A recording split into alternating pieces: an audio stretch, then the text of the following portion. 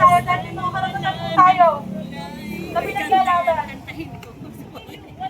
Alalahanin po natin na yung Senate hearing po na to, ang pinakapagdulo po, ay yung corruption, yung flood control projects na nawawala, hindi po makita. Sana po mag-focus tayo sa kung ano po yung pinaka-issue na problema ng bayan natin ngayon. Sana din po, magtulong-tulungan tayo na maghikayat pa ng mga mamayang Pilipino na sumama sa laban na to. Hindi na po ngayon, pero pati na po sa susunod na Sabado, sa September 21. Dahil ito po laban na to, hindi na po para sa sarili natin o para sa pamilya natin. Pati na rin po sa mga tao na nakita natin naghihirap, nakatira sa daan, kahit na sana po, meron po sana plano o mga programa para sa kanila. Ang nangyayari po, nakikinabang lang palagi yung mga kurakot na opisyalis. Sana po, matuto po tayong i-call out yung mga maling ginagawa nila. Kahit po yung mga anak nila na walang ginawa kundi waldasin yung pera ng bayan. Yung mga tao po yun, mapakontractor man po, engineers, architect man po, o yung mga opisyalis po, lahat po yan matatanda na po. Hindi po sila magiging professional kung wala po silang buwang. Hindi pwedeng laging dahilan lang nila ay napipilitan sila kaya nila nagawa yung pangukurakot. Alam po nila sa sarili nila na mali yung ginagawa nila pero ginagawa pa rin nila. Bakit? Dahil lang sa personal na interest nila. Dapat po hindi tayo pumayag na ganun. Kung ano yung masama, kung ano yung hindi tama sa sistema, baguhin na po natin. Kasi sa huli, ang maghihirap lang po, ang magsasuffer, ay yung mga susunod na henerasyon. Yung henerasyon natin, yung susunod sa amin, yung mga magiging anak at apo rin namin. Sana po hindi tayo pumayag na ganun-ganun lang po yung gawin sa atin. Na para bang mga insekto lang tayo na pipitigin lang nila. Dapat po sila yung matakot sa atin. Dapat mapakita po natin na hindi tayo natutuwag. Nalalaban din tayo. Salamat po ulit dahil nandito po ang bawat kuya. Yes! Sa palaman po, o bata. Mga pulis na po na nandito. Salamat po dahil nandito kayo para protektahan kami. Alam ko po na wala po kayo intensyon na saktan kami. Salamat po dahil nandito kayo para i-control lang kami. Kung sakali may mangyari riot. Salamat po dahil yung mga tao nandito mula umaga pa po. Patuloy po kayo nandito. Hapon na po magkagabi na. Dito po sa atin, maaaring wala pa po kain. At ganun din po, salamat din po sa sponsors na nakita po namin nagbibigay po ng pagkain at tubig. Salamat po dahil kung salamat po organizers tong rally na to. Andito po kayo, nagtitake po kayo ng initiative na lumaban para sa bansang Pilipinas. Salamat po.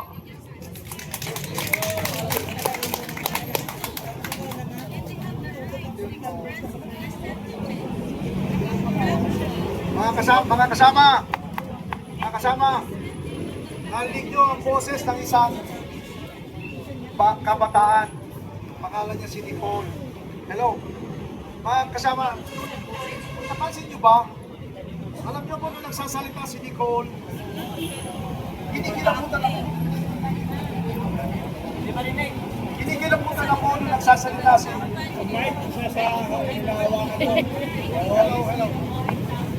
Test. Yan. Nung nagsasalita si Nicole, kinikilabutan ako. Bakit?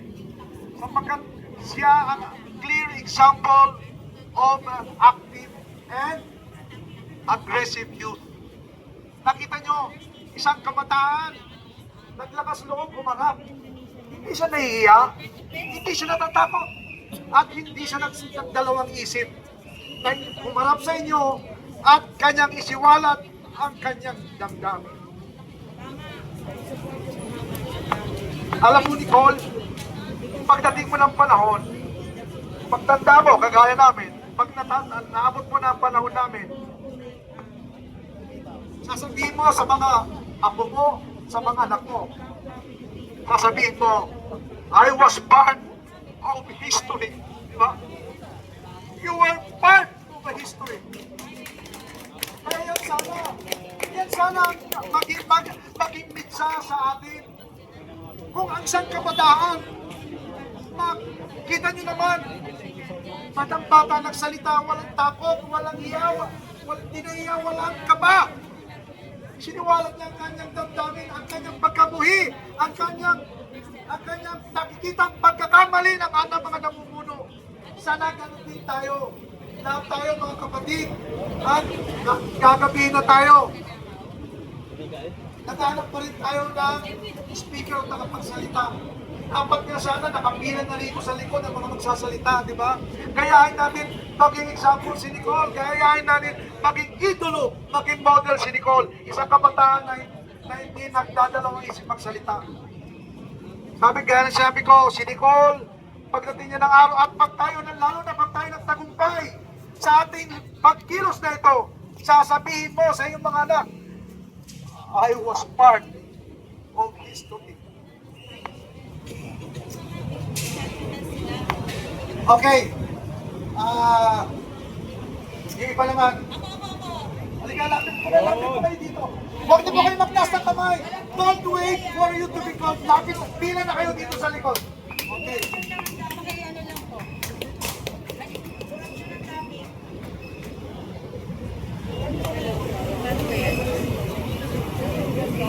Hello.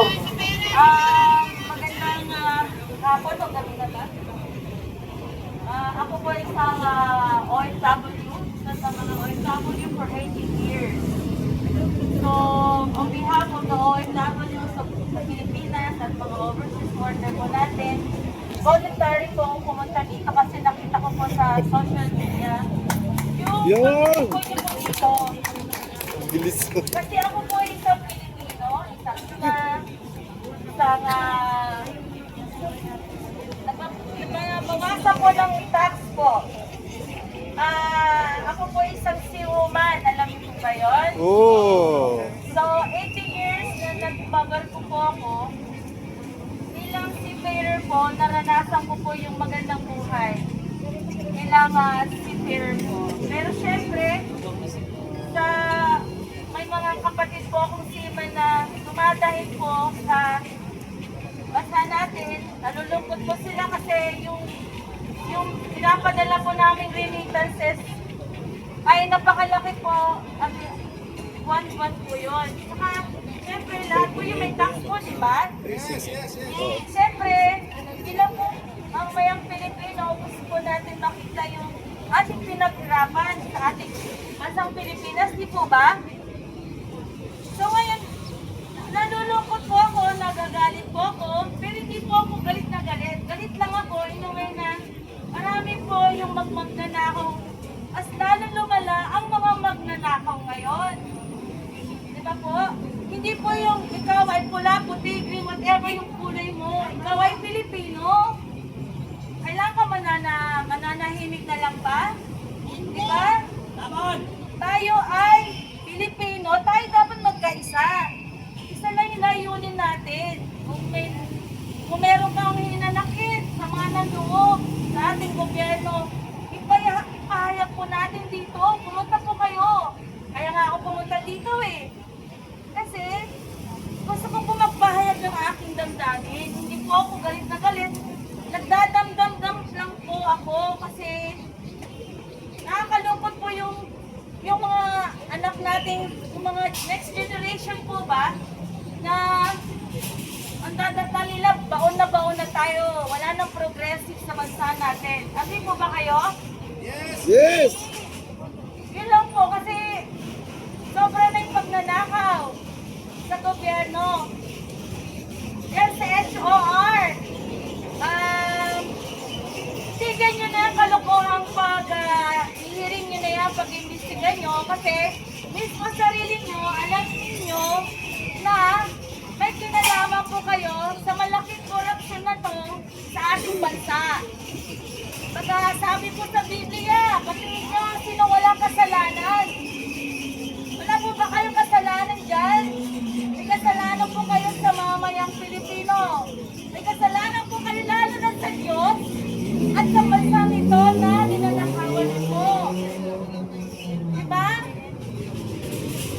Ang Panginoong Diyos ay nakatingin sa atin. He allowed this to happen. May purpose siya. Bakit nangyayari sa bansa natin ito? Diba?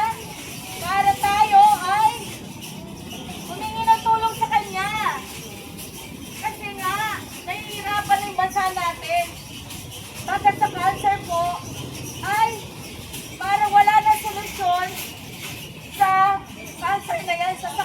ating bansa.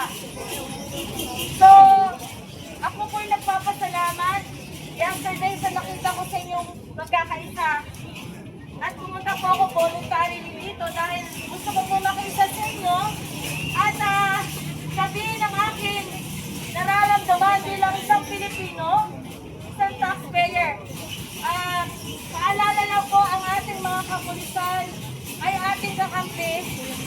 Ang AUP ay ating kakampi. They know the Constitution.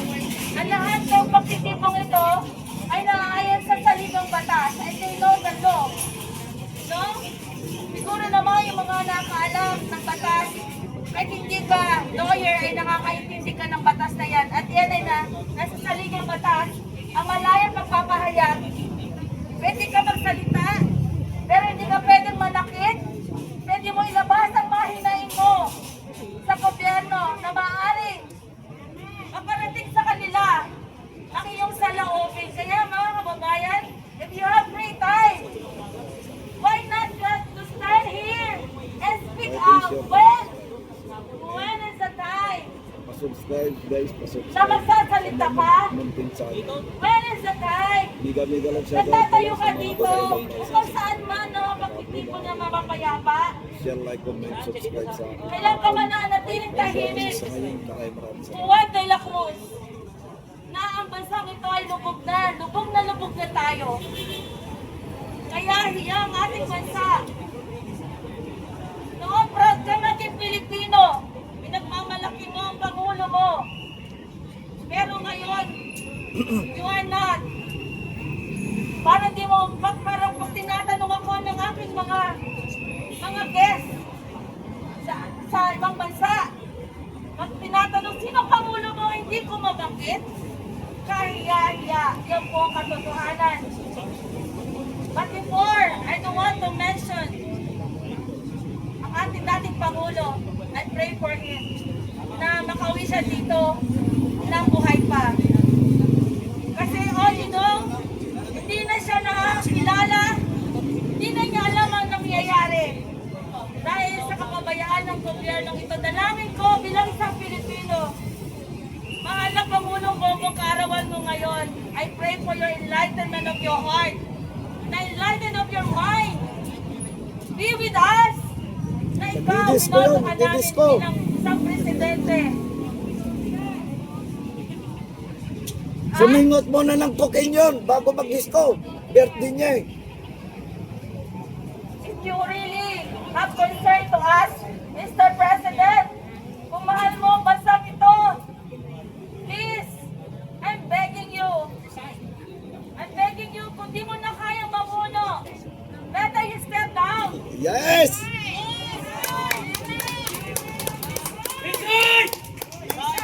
Sabi nila, kung gusto mo maayos sa bansa, dapat mo makipagsundok sa mga kaaway mo.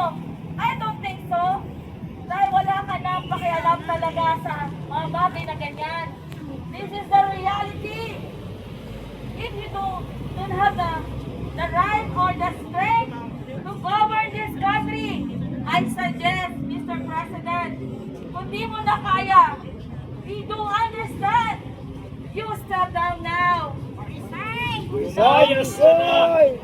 Because may mga bagay, mas mataas kami sa iyo, mahal na Pangulo, dahil ayon sa batas, kami mga mayang Pilipino, pwede namin baguhin ang kasaysayan na yan na noon ay nabago noon dahil sa kapangyarihan ng mga mayang Pilipino. Ito ay para sa Pilipino, no matter your stance, no matter is your color, we are Filipino. Our bloodline is a Filipino. And we stand for the truth. We stand for our country. Thank you.